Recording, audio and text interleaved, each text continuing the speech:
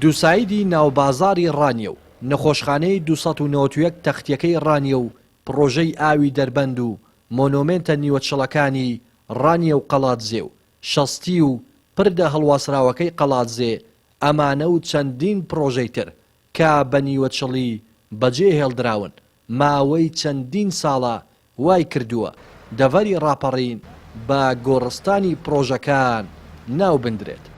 هاوڵاتیان و چالاکانی مەدەنیش دەڵێن کابینەی نۆیەمی حکوومەت لە ئاز داخوازی خەڵکدا نەبووە و ئەوەشی کە حکوومەتەکەی مەسرور بارزانی دێڵێت تەنیا نووسینی سەر کاغەزە و هیچی تر. کابینەی نوێ حکوومەت هەرێمی کوردستان باس لەوە دەکات کە بڕی زیاتر لە 200 پرۆژە بە بڕی 400 میلیارد دینار لە دەڤەری بتوێن و پشتە جێبەجێ کراوە، بەڵام بەداخۆیمە ئەو شتانە نابینین، بەڵکو دەڤەری بتوێن و پشتەر بە گۆڕەستانی پرۆژەکان ناونراوە. پێم وایە ئەو راپۆرتانەی بڵاو دەکرێتەوە هەم حکوومەت هەرێمی کوردستان بڵاویان دەکاتەوە کە تەنیا راپۆرتی نووسین و ئەوراق و ژمارە دەنا لە بواری جێبەجێکردندا لە 100 بۆ 120 جێبەجێ نەکراون. حکوومەتی هەرێمی کوردستان کابینەیەکی تا ئێستا سەرکەوتوو نەبووە، نەیتوانێت خزمەت بە هاوڵاتیان بکات. دوو متمانەی لەدەستداوە، هەم متمانەیەکی ناخۆی کە هاوڵاتیانی خۆیەتی، هەم متمانەی دەرەوە کە تا ئێستا هەم لە عێراق و لە نێو دەوڵەتیشدا بەرەو شکست بردووە. دەبینین زۆربەی پرۆژەکانی دەڤەری ڕاپەڕین شکستیانی ناوە تاو نەکراون.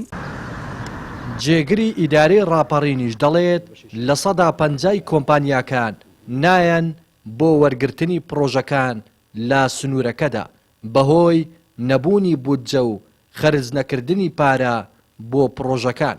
دەشپرسێت هۆکار چییە؟ لێرە قەیرانی دارایی هەیە و لە شوێنی تر پرۆژە جێبەجێ دەکرێت.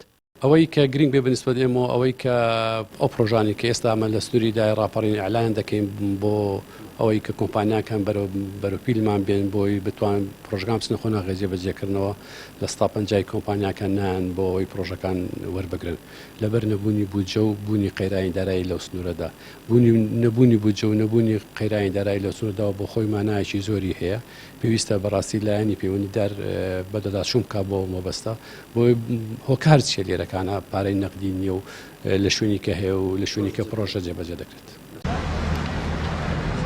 بەشێکی زۆری پرۆژەکان لە ئیدارەی ڕاپەڕین تەواو نەکراون و بەجێ هێڵدراون بە نیوەچڵی. بەشێکی زۆری ئەو پرۆژانەشی کە کراون خێرخوازان جێبەجێیان کردوون. هەر بۆیە هاوڵاتیان کابینەی نۆیەمی حکوومەت بە کابینەیەکی شکست خوارد و ناو دەبەن و پێیان وایە داتاکانی دەربارەی جێبەجێکردنی پرۆژەکان ڕاز نین. ڕێناس ئەرسەلان، کەناڵی پەیام، ڕانیە.